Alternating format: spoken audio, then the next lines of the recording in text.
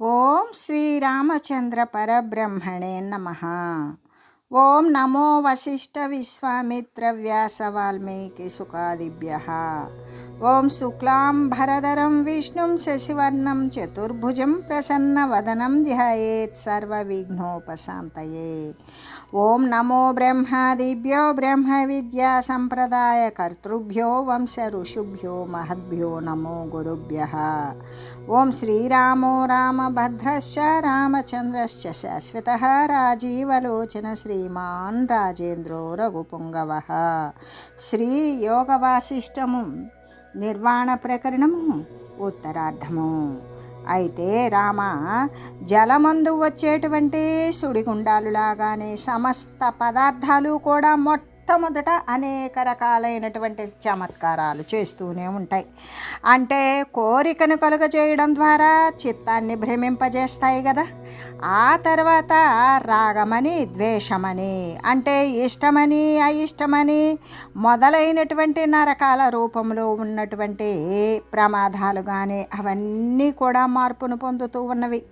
కానీ జలమునందు ఉన్నటువంటి తరంగాలు లాగానే అవి అన్నీ కూడా నీటిలో ఉన్నటువంటి అలలలాగానే అవన్నీ యథార్థంగా ఏకమైనటువంటి బ్రహ్మ స్వభావమే కలిగి ఉన్నవి.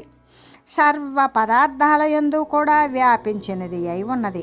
కానీ వాని యొక్క రూపాన్ని బట్టి వాటిని పిలిచేటువంటి పేరుల కంటే కూడా వేరయ్యి కేవలము జ్ఞేయమా సన్మాత్ర రూపమై చిదాకాశ స్వరూపమై సమాధి రూపమగు ఉపశమనము చేత ఆశ్రయింపదగినది అయినట్టి ఏకమగు సత్త ఏదైతే ఉన్నదో అదే కదా ఈ సమస్త విశ్వానికి కూడా ఉన్నది అవుతుంది. బాలుని యొక్క చింతనము చేత వాడు ఒంటరిగా ఉండి వాడు కల్పించుకున్నటువంటి యక్షుడు లేదా పిశాచము మొదలైనటువంటి రూపాలు అవన్నీ వాడు భయపడతాడు. కానీ ప్రక్కనే ఉన్నటువంటి పెద్దవాని దృష్టి ఎందైతే అవి ఏమైనా ఒకంతైనా ఉంటాయా? ఉండవు. అలాగే ఈ చిదాకాశమున కల్పించబడినటువంటి ఈ జగత్తు కానీ, అంటే ఈ నా యొక్క దృష్టి యందు, అంటే నా యొక్క అంటే విఘ్నుల యొక్క దృష్టి యందు అయితే ఏమీ కూడా లేకుండానే ఉంటుంది. ఈ చిదాకాశమున కల్పించబడినటువంటి జగత్తు ఎవరికి ఉంటుంది? అజ్ఞానముతో నిండిపోయినటువంటి వారికి ఉంటుంది. కానీ విజ్ఞానుల యొక్క దృష్టి యందు అయితే ఏమీ కూడా లేనిదియే అయి ఉంటుంది. ఇది అజ్ఞానులకు మాత్రమే సత్యముగా కనబడుతూ ఉంటుంది. అంటే ఎదుట ఆకాశము ఉంటుంది కదా. ఆ ఆకాశము అంటే ఖాళీలో బాలుని యొక్క కల్పన చేత కల్పించబడినటువంటి రాక్షసులు పిశాచులు మొదలైనటువంటి భయంకర రూపాల గురించి భయము ప్రౌఢమనుజుని, అంటే తెలివి కలిగినటువంటి వాని యందు దృష్టి యందు ఒకంతైనా ఉంటుందా? అలా లేదు, అలా ఉండదు. కాబట్టి అలాగే ఈ జగత్తంతా కూడా అజ్ఞానముతో నిండిపోయిన చిత్తము కలిగినటువంటి వానికి సత్యముగా ఉంటుంది. కానీ విజ్ఞానముతో ఉన్న పరమార్థమునందైతే ఒకంతైనా సరే ఇది లేకనే ఉన్నది అని చెబుతూ అరూపాలోక మననం శిలాపుత్రక సైన్యవత్ రూపాలోక మనస్కార భాంతికే వాత్ర విశ్వత. ఎలాగంటే రూపాలోక మనస్కార భ్రాంతికే వాత్ర విశ్వత. జ్ఞాని దృష్టి ఎందైతే ఈ జగత్తు శిలయందు చెక్కబడినటువంటి సైన్యములాగానే ఉంటుంది. ఈ జగత్తంతా కనబడుతూ కదులుతూ ఉన్నప్పటికీ కూడా రాతి మీద చెక్కబడినటువంటి సైన్యము బొమ్మలాగానే ఉంటుంది. జ్ఞాని దృష్టి ఎందైతే ఈ జగత్తు యొక్క కదలిక పూనిక. అదే బాహ్యరూప ప్రకాశము మొదలైనటువంటివన్నీ కూడా నశించిపోయి అభ్యంతరమునందు అంతర్గతమున సంకల్పము మొదలైనటువంటి మానసికమైన చేష్టలు నశించిపోయి ప్రకాశిస్తూ ఉన్నది. అయితే ఇక అలా ఉన్నప్పుడైతే ఇక అతని దృష్టి యందు విశ్వాత్మ అనేటువంటిది ఎక్కడ? అజ్ఞాని దృష్టి ఎందో ఈ జగత్తు రూప సంకల్పాది యుక్తము అనేటువంటిది అది సరి అయినదే అయి కదా కనబడుతూ ఉన్నది అని చెబుతూ రాతి బొమ్మల సైన్యానికి లాగానే ఇప్పుడు ఒక గోడ మీద సైన్యం అనేటువంటి బొమ్మను చెక్కారు.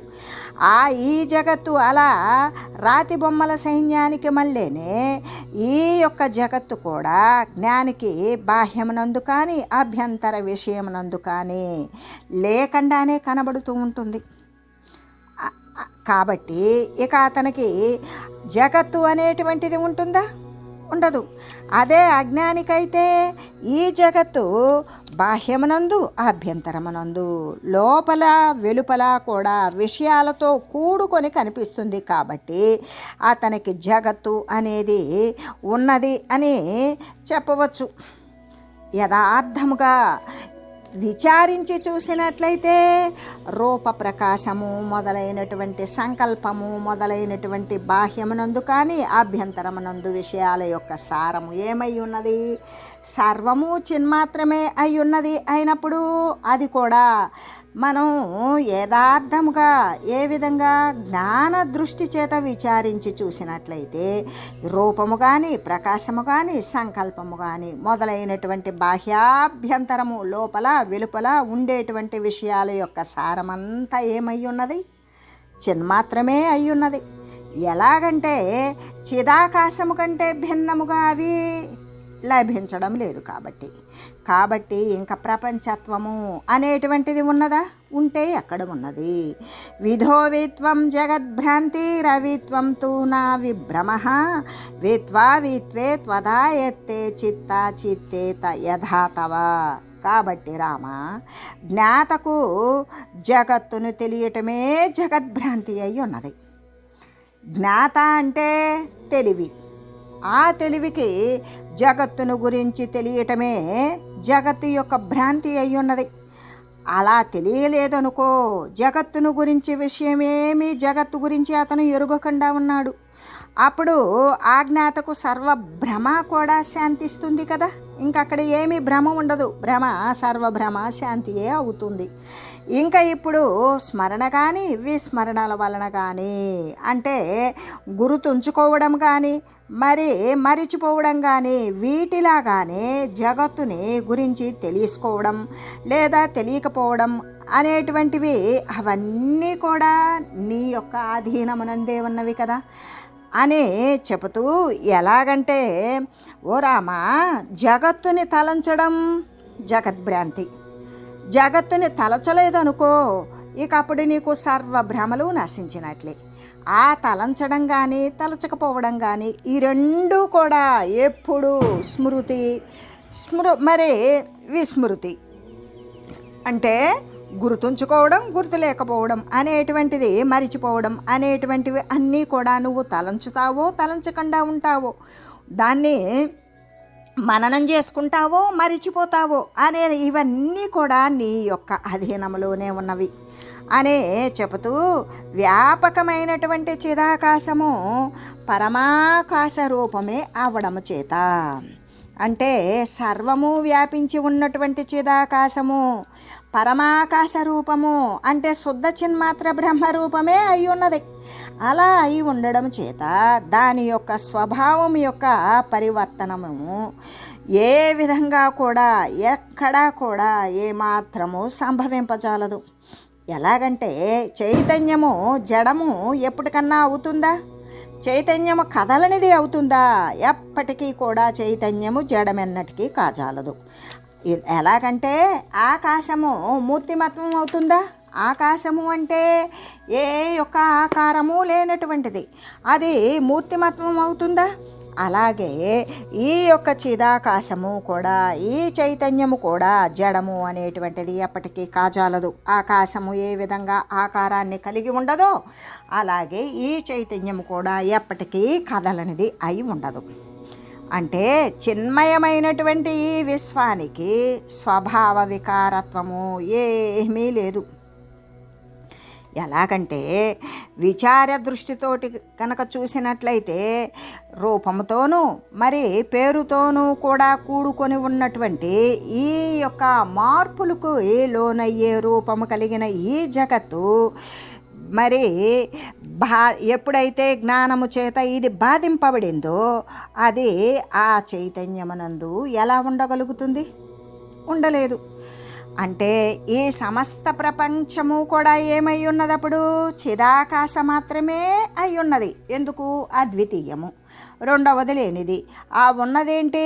అదే చైతన్యము, అదే పరిపూర్ణము, అదే పరమాత్మ, అదే చిదాకాశము. ఇటువంటి అనేక అనంత కోటి నామాలతో మన యొక్క బోధనా సౌలభ్యం కోసం మనం పిలుచుకుంటూ ఉన్నాం. అటువంటిది అప్పుడు ఈ సమస్త ప్రపంచమంతా ఏమై ఉన్నది? చిదాకాశము మాత్రమే అయ్యున్నది. అటువంటి జ్ఞానస్వరూపమునందు అహంకారము మొదలైనటువంటి వికారాలు ఏవన్నా ఉంటాయా? ఏవీ లేవు. ఇంకా కూడా జ్ఞానము చిత్తున కంటే అన్యముగా ఎక్కడ ఏ పదార్థము లభించదు కదా. ఎప్పుడైతే జ్ఞానము అంటే జ్ఞానస్వరూపమే ఆ యొక్క పరమాత్మ స్వరూపము, అటువంటి జ్ఞానం కంటే ఇతరమైనటువంటి పదార్థము ఎక్కడైనా లభిస్తుందా? లభించదు అని చెబుతూ, అంతేకాదు త్వత్త అహంత్వము అంటే నీవని నేనని ఈ మొదలైనటువంటి వాని రూపమైన సమస్త విభ్రమము అంతా కూడా ఏమై ఉన్నది? శాంతమై ఉన్నది, మంగళకారకమైనటువంటి శివమై ఉన్నది, శుద్ధమైనటువంటి బ్రహ్మరూపమే అయి ఉన్నది. అంటే ఆకాశమున ఉత్పన్నమయ్యేటువంటి అరణ్యాన్ని గాంచనట్లుగానే ఆకాశములో అరణ్యము అనేటువంటిది, ఖాళీలో అరణ్యము అనేటువంటిది ఉత్పన్నమవుతుందా? అవ్వదు. మరి అవ్వని దాన్ని మనం చూడగలుగుతామా? చూడలేము. అలాగే చైతన్యము కంటే వేరుగా ఏమీయును కూడా చూడడం లేదు. అంటే చైతన్యము అంటే పరబ్రహ్మస్వరూపం. ఆ బ్రహ్మం కంటే వేరుగా నేనేమీ కూడా చూడడం లేదు అని చెబుతూ, కాబట్టి రామా, ఈ యొక్క నా ఉపదేశ వాక్యాలను, నేను బోధించేటువంటి జ్ఞాన సంబంధితమైనటువంటి వాక్యాలను కూడా శుద్ధమై అంటే దృశ్యమే లేనటువంటి దృశ్య శూన్యమైనటువంటి చిదాకాశ రూపంగానే నీవు ఎరుగు. మాట్లాడినా, విన్నా, తిన్నా, కనినా, నిలబడినా, చూచినా, నిద్రించినా, లేచినా, ఏమి చేసినా సర్వేక సమస్తము కూడా దృశ్య శూన్యమైనటువంటి చిదాకాశ రూపంగానే నీవు తెలియాలి. ఎలాగంటే ఇవన్నీ కూడా నీ యొక్క చిదాకాశ రూపమైనటువంటి ఆత్మయందే స్వయంగా స్థితిని పొంది ఉన్నవి, కానీ జడస్వరూపమునైతే కాదు కదా. పదమాహు పరం సద్య దనిచ్చోదయమాసితం పాషాణ పురుషస్యేవ చిత్రస్తస్యేవ చాసనం. ఎలాగంటే ఈ శిలయందు చెక్కబడినటువంటి మనుజునిలాగానే, అంటే రాతి యందు మనిషి యొక్క బొమ్మను చెక్కారు. అంటే అప్పుడు చెక్కినప్పుడు ఆ బొమ్మలో ఉన్నటువంటి మనుషునిలాగానే, అంటే చిత్రమందలి మనుజుని చందమునను, అంటే చిత్రంలో వేయబడినటువంటి మనుజుని బొమ్మలాగానే ఇచ్ఛారహితమైనటువంటి ఏ కోరికలు లేనటువంటి వాసనలు నశించినటువంటి చైతన్యం యొక్క స్థితి ఏదైతే ఉన్నదో అదే కదా పరమపదము అని చెప్పబడింది. అందుకే సద్వస్తువు యొక్క ఆత్మ యొక్క స్థితి అదే అని కూడా తెలియజేయబడింది అని చెబుతూ, ఎలాగంటే శిలా పురుషునిలాగానే ఒక మనుజుని యొక్క విగ్రహం ఉన్నట్లుగానే బొమ్మలో వేయబడినటువంటి మనుజ శరీరంలాగానే ఆ యొక్క బొమ్మలో ఉన్నటువంటి మనుజ శరీరానికి కోరికలు కానీ వాసనలు కానీ ఉత్పన్నమవుతాయా? అవవు. రాతి యందు చెక్కబడినటువంటి పురుషునికి కూడా కోరికలు, వాసనలు, ఆలోచనలు ఇవన్నీ కూడా ఉత్పన్నమవుతాయా? కావు. అలాగనే నీవు కూడా ఏంటి అంటే ఏ కోరిక, ఏ ఇచ్ఛ ఉదయించకుండా స్థితి కలిగి ఉండేటువంటి స్థితి ఏదైతే ఉన్నదో అదే కదా సర్వోత్తమమైన, అన్నింటికంటే ఉత్తమమైనటువంటి సద్రూప ఆత్మపదము అని చెప్పబడింది. అందుకే సవిశ్రాంతమనామౌని యస్య ప్రకృత కర్మసు స్పందో దారుణరస్యేవ విగతేచ్ఛామనాకులం. ఎవని యొక్క ఆచరణ యథాప్రాప్తములైనటువంటి కర్మలయందు ఇచ్ఛ వ్యాకులత్వము అనేటువంటివి నశించిపోయి కాష్ట ప్రతిమను పోలి ఉంటాయో అతడే విశ్రాంత చిత్తుడైనటువంటి జీవన్ముక్తుడు అయిన ముని అవుతాడు.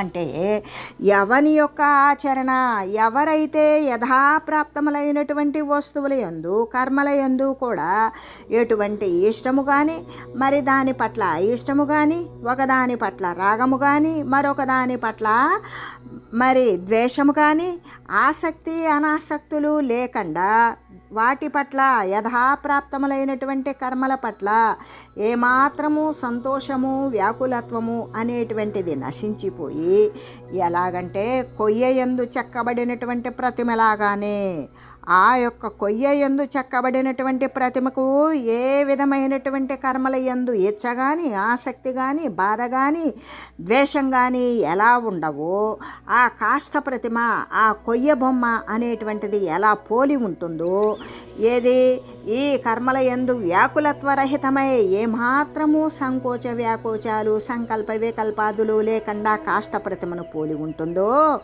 అతడే కదా విశ్రాంత చిత్తుడైనటువంటి జీవన్ముక్తుడైనటువంటి ముని అవుతాడు అని చెబుతూ, ఎలాగంటే ఎవనికైతే ప్రస్తుత వ్యవహార కర్మల యందు కొయ్య మనుష్యునికి మాల్లేనే కోరికలు కానీ వ్యాకులరహితమైనటువంటి చలనము కానీ కలిగి ఉంటుందో, ఏ బాధ లేనటువంటి చలనము కలిగి ఉంటుందో, కోరిక లేనటువంటి చలనము కలిగి ఉంటుందో అతడే విశ్రాంతి చెందినటువంటి వాడు, విశ్రాంతి చెందినటువంటి చిత్తము కలిగిన మౌని అవుతాడు, మననశీలుడు అవుతాడు అని చెబుతూ, జ్ఞాని యగువానికి ఈ ప్రపంచమున జీవనము ఎలా ఉంటుంది అంటే వెదురునాళంలాగానే.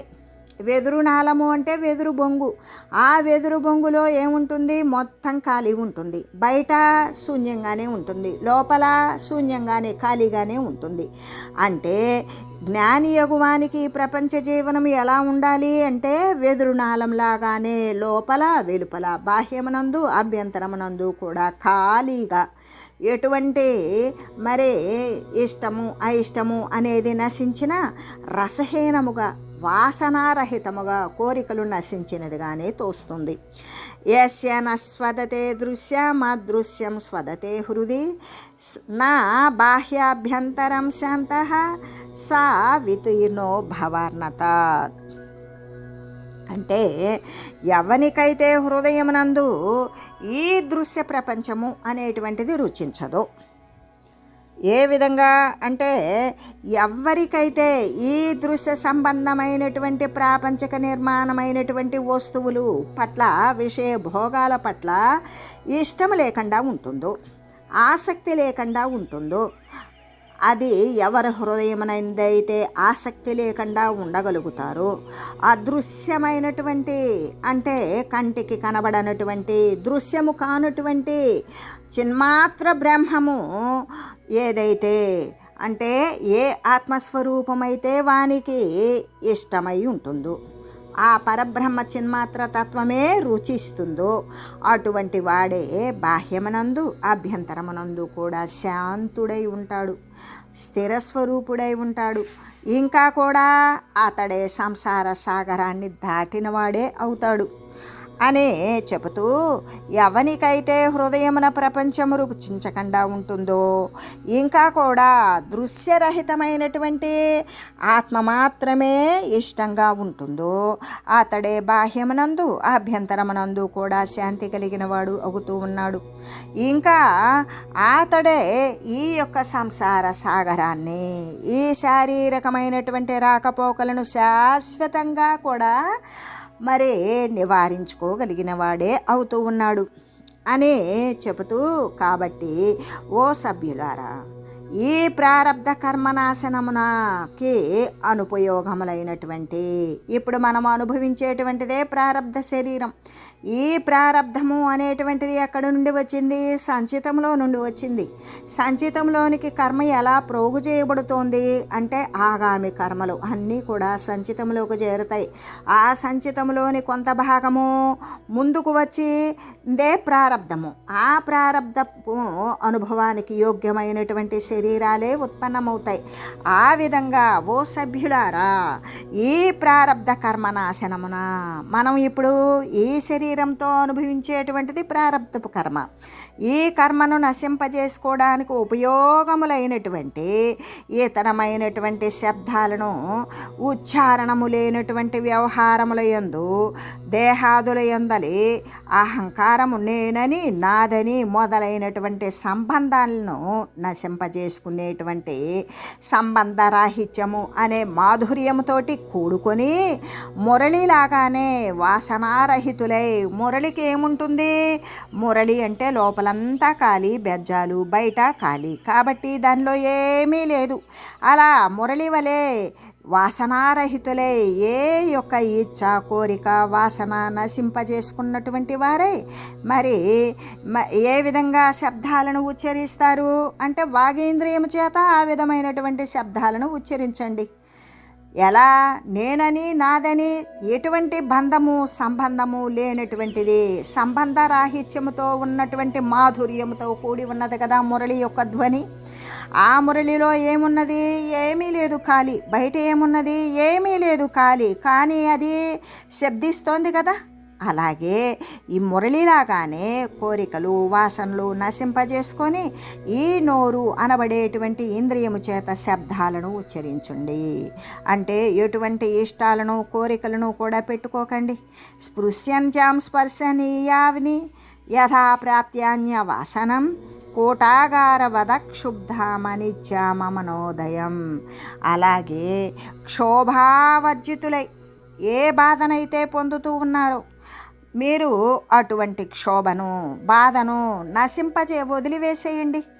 ఇచ్చలేనటువంటి వారే ఉండండి. ఇచ్చ కోరికలు నశింపజేసుకోండి. వాసనలేవీ లేకుండా ఎటువంటి కోరికలు కూడా లేకుండా అమనస్కులై మానసికమైనటువంటి వృత్తి రహితము చేసుకొని స్పృశించదగినటువంటి అంటే ఏది తాకితే బాగుంటుందో ఆ తాకవలసినటువంటి వస్తువు ఏమిటో యథాప్రాప్తములైనటువంటి ఇక చందనము కానీ మాలలు కానీ పువ్వులు వస్తువులు కానీ ఇవన్నీ కూడా చర్మము అంటే త్వగేంద్రియము అనేటువంటి దాని చేత స్పృశించండి. అలా స్పృశిస్తూ ఉన్నా కూడా ఎటువంటి బాధను పొందవద్దు, ఏ కోరికను కలిగి ఉండవద్దు, ఏ వాసనలు కూడా లేకుండా చేసుకోవాలి. అంటే దాని పట్ల ఉన్నటువంటి మానసికమైన సంకల్ప వికల్పాలు కూడా నశింపజేసుకోండి.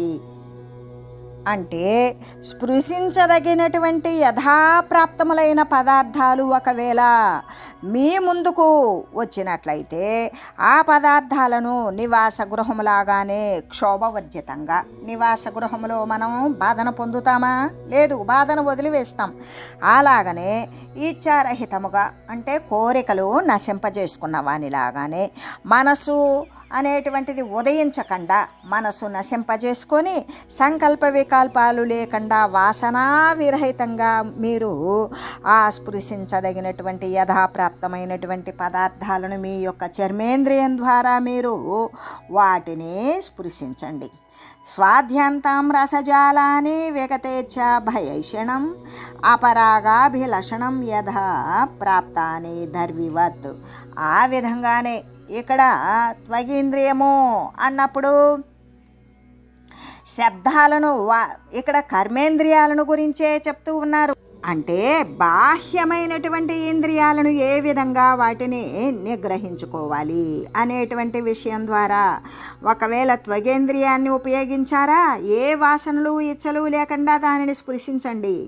మరి వాగేంద్రియం ఉపయోగించవలసి వచ్చిందా అహంకార మమత్వాదులు అనేటువంటి దానిని వదిలివేసి ఏ సంబంధము లేకపోయినా మొత్తము ఖాళీగా ఉన్న మరి మధురమైనటువంటి మురళీధ్వనిలాగానే మీరు కూడా వాసనారహితులే, ఏ కోరికలు లేనివారే. వాక్కు అంటే నోరు అనేటువంటి ఇంద్రియము చేత శబ్దాలను ఉచ్చరించండి, కానీ దేనికి కూడా ఆసక్తి చూపకండి అని చెబుతూ, ఆ విధంగానే రాగేచ్ఛ, భయము మొదలైనటువంటివన్నీ కూడా నశింపజేసుకొని, రాగము అంటే ఈ యొక్క దృశ్యమాన వస్తువుల పట్ల కోరిక, ఆసక్తి, ఇచ్ఛ అంటే కోరిక, అవి దక్కవేమో అనేటువంటి భయము మొదలైనవి ఏవైతే ఉన్నవో ఈ కోరికలు, ఇచ్చలు, వాసనలు, భయాలు ఇవన్నీ కూడా నశింపజేసేసుకుని వాసనలు మొత్తం కూడా వదిలివేసి యథాప్రాప్తములైనటువంటి రస సమూహాలు అంటే ఏదైనా ఒక పదార్థమునందు గెరిట తిప్పుతూ ఉంటాం, ఆ పాయసమునందు కానీ ఇంకేదైనా పులుసు కూరనందు కానీ ఇలా గెరిటెలు వేసి తిప్పుతూ ఉంటాం. అలా తిప్పేటప్పుడు అది ఆ రస సమూహాలను దర్విలాగానే, దర్వి అంటే గరిట, ఆ గరిట ఏం చేస్తుంది అంటే దానికి వేడి తెలీదు, శీతలము తెలీదు, రుచి తెలీదు, కారము తెలీదు, తీపు తెలీదు, ఏమీ పట్టనట్లుగా అది మనం తిప్పినంతసేపు కూడా ఆ పదార్థాన్ని అలా తిప్పుతూనే ఉంటుంది. అలా గెరిట ఏ విధంగా అయితే వాసనారహితమై ఉన్నదో అలాగే నీవు కూడా ఈ యొక్క రసన అంటే నీ నాలుక జిహ్వేంద్రియము చేత నీవు ఆ పదార్థాన్ని ఆస్వాదించేటప్పుడు నీవు దాని పట్ల ఆసక్తి పోవద్దు, అనాసక్తి పోవద్దు, కావాలని కోరుకోవద్దు, వద్దు అని వదిలివేయవద్దు అని చెబుతూ, అంటే యథాప్రాప్తములైనటువంటి రస సమూహాలను కూడా, రుచికరమైనటువంటి పదార్థాలను కూడా గరిటలాగానే కోరిక కానీ, భయము కానీ, అభిలాష కానీ ఏషణావర్జితంగానే నీవు ఆస్వాదించు, రుచి చూస్తూ ఉండు అని చెబుతూ, దృశ్యంతాం రూపజాలాన్ని ప్రాప్తాధ్యవాసనం అరసం నిర్మనో మానామ గర్వం చిత్రనేత్రవత్. ఆ ప్రకారంగానే వాసనారహితులై, నిరభిమానులై, మరి అమనస్కులై, రాగత్యాగపూర్వకంగా యథాప్రాప్తములైనటువంటి ఈ యొక్క రూప సమూహాలను చిత్రములో వేసినటువంటి మనుజుని యొక్క నేత్రములాగానే ఈ మీ యొక్క నేత్రేంద్రియం చేత వాటిని చూస్తూ ఉండు. అంటే ఎలాగంటే ఆ ప్రకారంగానే ఇప్పుడు మనం ఏమని చెప్పుకున్నాం, నాలుకను రుచి చూసినా, నోటితో మాట్లాడినా, ఇటువంటివి చర్మము చేత స్పర్శింపబడిన ఇవన్నీ కూడా ఎటువంటి ఆసక్తి అనాసక్తి లేకుండానే ఆ కార్యాలను చేయండి అని చెప్తూ, అదే ప్రకారంగా వాసన నశించినటువంటి వారలై దాని పట్ల ఏ వస్తువునైతే చూస్తూ ఉన్నారో దాని పట్ల ఏ అభిమానము లేనటువంటి వారే, దాని పట్ల మంచెను చెడును ఏ యొక్క సంకల్ప వికల్పాలు కూడా లేనటువంటి వారే, అంటే అమనస్కులై మనసు నశించినటువంటి వారే, ఇక రాగత్యాగపూర్వకంగా ఇది బాగున్నది కావాలని, ఇది బాగలేదు ఇది వద్దు అనేటువంటి విషయపూర్వకంగా యథాప్రాప్తములైనటువంటి రూప సమూహాలను మన ఎదురుకి ఏదైతే మనకు ప్రాప్తంలో ఉండి వచ్చినటువంటి రూపాలు, వస్తువులు, సమూహాలు ఇవన్నీ ఉంటాయో ఇవన్నీ మనం ఎలా చూడాలి అంటే, బొమ్మలో వేయబడినటువంటి మనుజుని యొక్క నేత్రం చక్కగా అరవింద దళాయతాక్షం అన్నట్లుగా పెద్దగా తామర రేకులంత కన్నులు వేసుకొని బొమ్మలో వేయబడినటువంటి మనుజుని కన్ను ఎలా చూస్తూ ఉంటుందో, సంకల్ప వికల్పాలు ఉంటాయా, కావాలి వద్దు అనేటువంటి కోరికలు ఉంటాయా, మరి ఇటువంటి అంటే ఏ వాసన లేక, అభిమానం లేక, దాని పట్ల సంకల్ప వికల్పాలు లేక, కోరిక లేక, వదిలివేయాలని బుద్ధి లేక, తనకి యథాప్రాప్తమైనటువంటి వస్తువులను ఎలా చిత్రంలోని మనుజుని బొమ్మ యొక్క నేత్రం ఎలా చూస్తూ ఉంటుందో అలాగే మీ యొక్క నేత్రేంద్రియము చేత కూడా అలాగే వాసనారహితంగా గాంచండి అని తెలియజేస్తూ, ఓం మంగళం శ్రీ గురుదేవాయ మహనీయ గుణాత్మనే సర్వలోకశరణ్యాయ సాధురూపాయ మంగళం.